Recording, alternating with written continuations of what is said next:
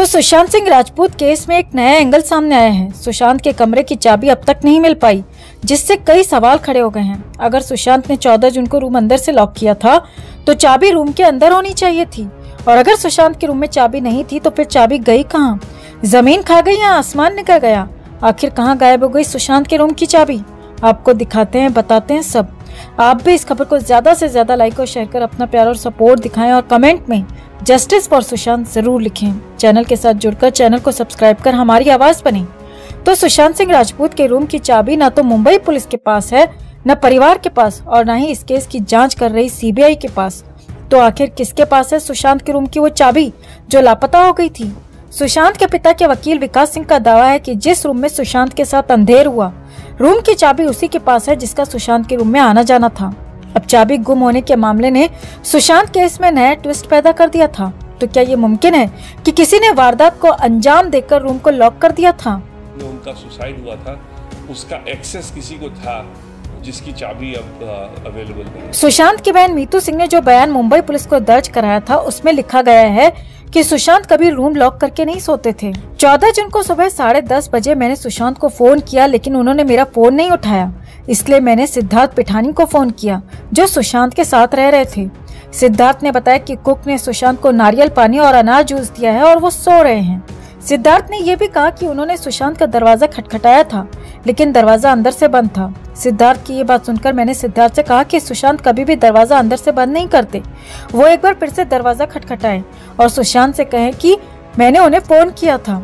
कुछ देर बाद सिद्धार्थ का फोन मेरे पास दोबारा आया और उन्होंने बताया कि वो सुशांत का दरवाजा कई बार खटखटा चुके हैं, लेकिन सुशांत ने दरवाजा नहीं खोला। अब वो चाबी वाले को बुलाने जा रहे हैं। मीतू सिंह ही नहीं बल्कि सुशांत के पूर्व असिस्टेंट अंकित आचार्य, जो सुशांत के साथ लगभग 3 साल रह चुके हैं, उनका भी दावा यही है दोस्तों कि सुशांत कभी अपना कमरा बंद नहीं रखते थे। रूम कभी लॉक करके सोते नहीं थे, वो रूम लॉक करके कभी सोते नहीं। वो मेरा मानना, हम जानते हैं उनको, 3 साल से मैं काम कर रहा हूँ, रूम लॉक करके कभी सोते नहीं थे। ऐसे में सवाल उठता है कि जब सुशांत हमेशा रूम अनलॉक रखते थे तो उनका रूम अंदर से लॉक कैसे हो गया था? 14 जून को सुशांत के घर में उनके अलावा सिद्धार्थ पिठानी, दीपेश सावंत, केशव और कुक नीरज मौजूद थे, और सिद्धार्थ पिठानी की माने तो उसके पास रूम की चाबी नहीं थी। हम ऊपर गए, बहुत कोशिश करा दरवाज़ा खोलने की, चाबी ढूंढने की कोशिश किया। Unfortunately we did not get a key to the room. Then we got help from online, like where they key maker होते हैं ना, तो आई सर्च फॉर अ की maker online. The first result what I got, मैंने उनको तुरंत phone करके बुला लिया, वो 20 मिनट में। पापी पिठानी ने मोबाइल में सर्च करके रफीक चाबी वाले का नंबर निकाला था और उसे घर बुलाया था। और अब रफीक की जुबान सुनिए कि आगे क्या हुआ था। हाँ, उन्होंने 1:05 में मुझे कॉल किया था। 1:25 बजे तक मैं पहुँच गया था वहाँ पे। मेरे को पहुँचने में 20-25 मिनट 15-20 मिनट लगा था। 15-20 मिनट और काम करने में 15 मिनट, लॉक खोलने में। वो मतलब हाफ एन आवर के अंदर मैंने वो लॉक खोल दिया था। जैसे मैंने लॉक खोला तो बस उन्होंने मेरे को मेरा सामान लेके जाने के लिए कहा। रफीक तो ताला तोड़कर चला गया दोस्तों, लेकिन इसके बाद सिद्धार्थ, दीपेश और नीरज ने रूम खोला और अंदर क्या हुआ या क्या हो चुका था, ये सवाल आज तक बना हुआ है। इस घटना के बाद घर में सुशांत की बहन मीतू सिंह और पुलिस आई, लेकिन किसी का भी ध्यान इस तरफ नहीं गया कि सुशांत की रूम की चाबी कहाँ है। ऐसे में अब सवाल ये उठता है कि परिवार के मुताबिक जब सुशांत कमरा बंद नहीं करते थे तो रूम लॉक कैसे हुआ? अगर सुशांत ने रूम लॉक किया था तो रूम की चाबी अंदर होनी चाहिए थी। रूम का दरवाजा तोड़ने के बाद जांच अधिकारियों को वो चाबी अंदर क्यों नहीं मिली? अगर चाबी नहीं मिली तो क्या किसी ने उसे गायब कर दिया था? सुशांत का फ्लैट काफी महंगा और लग्जूरियस था। ऐसे में क्या सुशांत के रूम की केवल एक ही चाबी थी? या फिर ऐसा तो नहीं कि किसी ने पहले सुशांत के रूम में इस वारदात को अंजाम दिया और फिर रूम को लॉक करके चाबी अपने साथ ले गया? ये सभी सवाल और इन सभी सवालों के साथ वकील विकास सिंह का चाबी को लेकर दिया गया बयान ये सोचने पर मजबूर करता है कि आखिर चाबी गई तो गई कहाँ? आखिर क्यों 3.5 साल बाद भी इस बात का खुलासा नहीं हो पाया? मुंबई पुलिस ने तो खैर पूरा केस ही दबाने की कोशिश की थी, मगर सीबीआई भी क्यों अब तक चुप है? क्यों इसको लेकर कोई भी अपडेट अब तक नहीं दिया जा रहा? आपको क्या लगता है दोस्तों? इसे लेकर आप भी अपनी बात, अपनी राय कमेंट में जरूर रखें, और वीडियो को ज्यादा से ज्यादा लाइक और शेयर कर अपना प्यार और सपोर्ट भी जरूर दिखाएं। एक मौत, एक कमरा, एक गर्लफ्रेंड, एक परिवार और अनगिनत सवाल। जी हाँ, 14 जून 2020 से 14 जून 2024 भी आने वाला है, लेकिन बंद कमरे में बेड और उस पंखे के बीच लटके उस हरे फंदे पर सुशांत कैसे और क्यों झूले, ये सवाल जस का तस बना हुआ है। लेकिन अब बताया जा रहा है कि सीबीआई इस केस को बहुत जल्द क्लोज करने जा रही है। सीबीआई सोर्स के मुताबिक इस केस की फाइनल रिपोर्ट देश को चौंका देगी।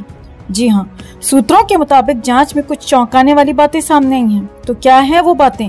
क्या सच में सीबीआई इस मामले में अपनी फाइनल रिपोर्ट डालने जा रही है? क्या सुशांत को इंसाफ मिल पाएगा? आपको दिखाते हैं, बताते हैं सब। आप भी इस खबर को ज्यादा से ज्यादा लाइक और शेयर कर अपना प्यार और सपोर्ट दिखाएं और कमेंट में इसे लेकर आप भी अपनी बात, अपनी राय जरूर रखें। चैनल के साथ जुड़कर चैनल को सब्सक्राइब कर हमारी आवाज बने। तो आपको फ्लैशबैक में लेकर चलते हैं दोस्तों। 14 जून 2020 से सुशांत की जांच मुंबई पुलिस ने सुसाइड थ्योरी के साथ शुरू की। मामला रिया तक नहीं गया, लेकिन नेपोटिज्म का मुद्दा खूब उठाया गया। फिल्मी जगत की कई हस्तियों ने मुंबई पुलिस स्टेशन के चक्कर काटे और फिर इसी बीच सुशांत के परिवार ने पटना में एक एफआईआर दर्ज कराई और पूरा केस ही घूम गया। बिहार पुलिस के पास भी जांच गई और फिर मामला पहुंचा देश की सबसे बड़ी जांच एजेंसी सीबीआई के पास। 19 अगस्त 2020 को सुप्रीम कोर्ट ने मामला सीबीआई को सौंपा। एसआईटी टीम का गठन किया गया। सीबीआई की टीम को 3 हिस्सों में डिवाइड किया गया। 15 लोगों की टीम ने अलग अलग एंगल से जांच की शुरुआत की। इस टीम में सीएफएसएल के 3 फिजिक्स और 3 केमिस्ट्री डिवीजन के साइंटिस्ट थे। और अब आपको समझाते हैं कि इन तीनों टीमों का गठन किस बेसिस पर किया गया था। टीम ए में पहली टीम सुशांत की मौत से जुड़े सभी दस्तावेज जैसे केस डायरी, क्राइम सीन के photos, autopsy report, Mumbai police की फॉरेंसिक रिपोर्ट और गवाहों के बयान की कॉपी जुटाने में लग गई। वहीं दूसरी टीम ने रिया चक्रवर्ती और सुशांत से जुड़े लोगों से पूछताछ शुरू की, जिसमें सुशांत के घर का स्टाफ भी शामिल था। तीसरी टीम को प्रोफेशनल रंजिश के एंगल से जांच करने का काम सौंपा गया। पोस्टमार्टम करने वाले डॉक्टर्स और बॉलीवुड के लोगों से पूछताछ का काम भी इसी टीम ने किया। मुंबई पहुंचते ही सीबीआई की टीम एक्शन मोड में दिखाई दी। सीबीआई ने पहले ही दिन मुंबई पुलिस से पूछताछ की और केस की सारी डिटेल्स को अपने हाथ में ले लिया। अब आप इस टाइमलाइन के जरिए समझिए कि सीबीआई टीम ने अब तक क्या क्या किया है। सुशांत के कुक नीरज सिंह, केशव, सिद्धार्थ पिठानी और दीपेश सावंत से कई दिन और कई बार पूछताछ हुई। रिया चक्रवर्ती से 4 दिन तक लगातार सीबीआई ने सवाल जवाब किए। सुशांत और रिया के अकाउंटेंट संदीप श्रीधर और रजत मेवाती से लेकर सुशांत की एक्स मैनेजर श्रुति मोदी को भी सीबीआई ने घंटों ग्रिल किया। रिया के परिवार को भी सीबीआई ने पूछताछ के लिए बुलाया। 3 बार सुशांत के घर पर क्राइम सीन को रिक्रिएट किया गया। जांच का दायरा सीबीआई तक ही सीमित नहीं रहा, बल्कि ईडी और एनसीबी को भी इस जांच में जोड़ा गया। सुशांत मामले में ड्रग का सेवन एक बड़े एंगल में सामने आया और जैसे पूरे देश का सुशांत के केस से ध्यान भटकाकर ड्रग केस में घुमाने की कोशिश की गई, लेकिन ये कोशिश नाकामयाब रही क्योंकि सुशांत के कुछ फैंस आज भी सुशांत सिंह के इंसाफ के लिए डटे हुए हैं। सुशांत के लिए इंसाफ चाहते हैं, लेकिन सीबीआई की तरफ से अब तक किसी भी तरह का कोई बयान जारी नहीं किया गया, कोई अपडेट नहीं दिया गया, जो अपने आप में बेहद निंदनीय और शर्मनाक बात है, क्योंकि यही फैंस दिन रात लड़कर अपने चहेते एक्टर की मौत की जांच में सीबीआई को लेकर आए थे। लेकिन सीबीआई ने बेहद निराश किया और अब तक जब भी कोई अपडेट मांगो तो यही कहा जाता है कि जांच जारी है। ऐसे में आपको क्या लगता है, क्या वाकई में सीबीआई सुशांत केस की जांच कर रही है या ये सब सिर्फ केस को लटकाने की, भटकाने की कोशिश है? और जिस तरह की टीमें बनाई गई हैं, जितनी जांच हुई, उन सब चीजों से आखिर बाहर क्या आया? क्या सीबीआई को फैंस के इन सवालों को जवाब नहीं देना चाहिए?